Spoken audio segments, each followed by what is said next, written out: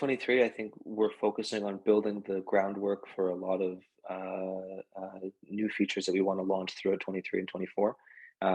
Data is going to be a big focus of ours.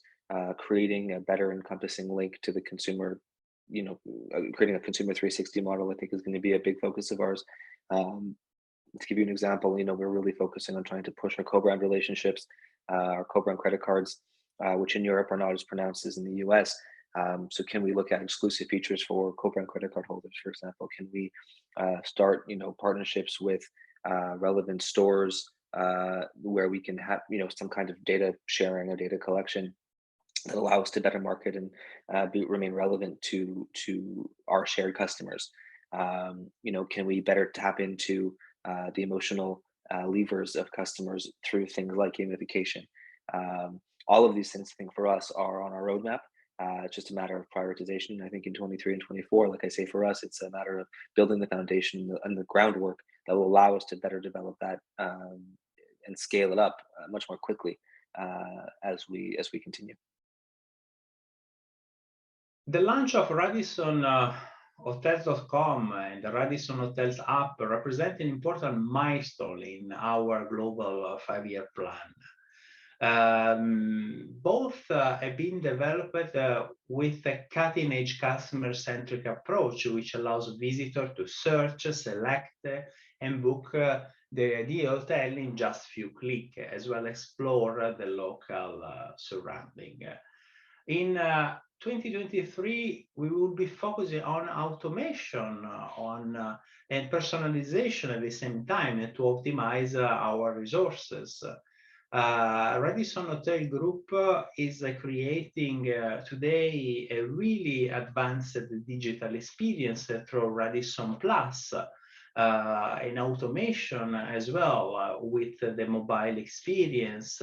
So we are exactly in this moment investing, using also and leveraging our loyalty program in all this area altogether.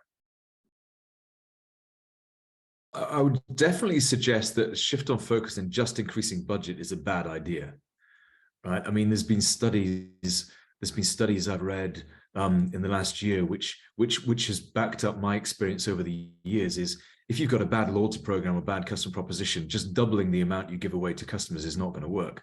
It's a combination of getting it right at the point of sale, getting the customer interface right and the value right and the rewards right. So by that, I mean, it's got to be an appropriate customer interface. So in the past, it has been taking out your plastic card and swiping your plastic card and then collecting your points. Now there's a move to have that more digital. And so now it's pulling out your digital card and making that more appropriate. So I think I would really advise not just doubling your points, because that is not going to result in doubling your engagement. I can almost guarantee that in almost every case. So if your program's not working, doubling your rewards is not going to help.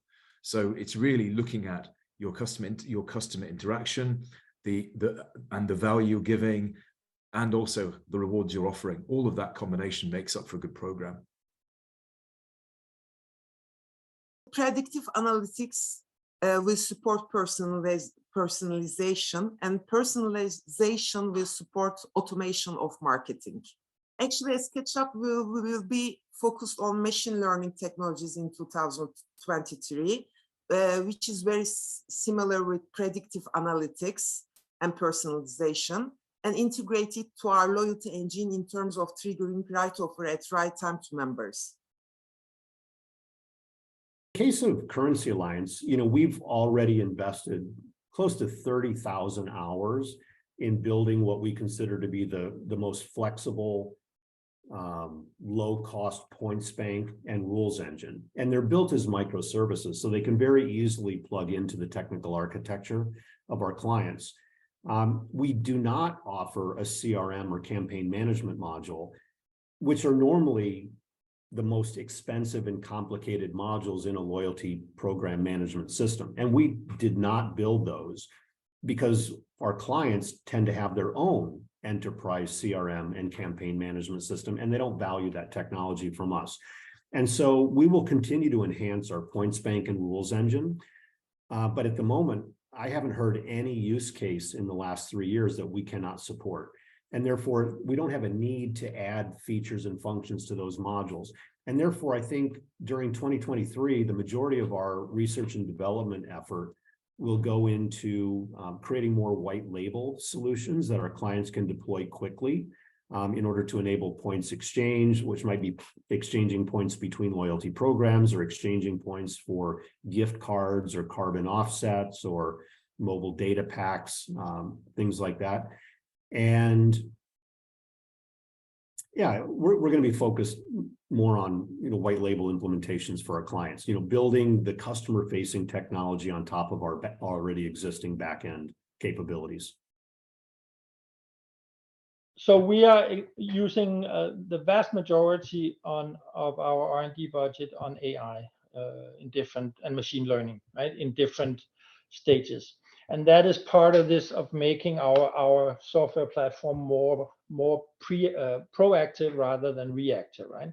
So we're looking a lot at how can we, I mean, when we have a client, the data is owned by our client, so it's not owned by us, but the clients allow us to build things that monitor and trigger events. And we're looking a lot of, instead of having the old school reactive way where you have to have a human intervention, we're looking very much at how can we, there's both on the merchant partners, on the people owning the program, the brand owning the program, and on the consumers, there's a need to be more predictive. So we're using a lot on that. We are also using quite a bit on interesting gamification, including NFTs and things like that, because the ideal program has components that are non-financial, right? So it's not the ideal loyalty program has like the textbook soft and hard rewards, right?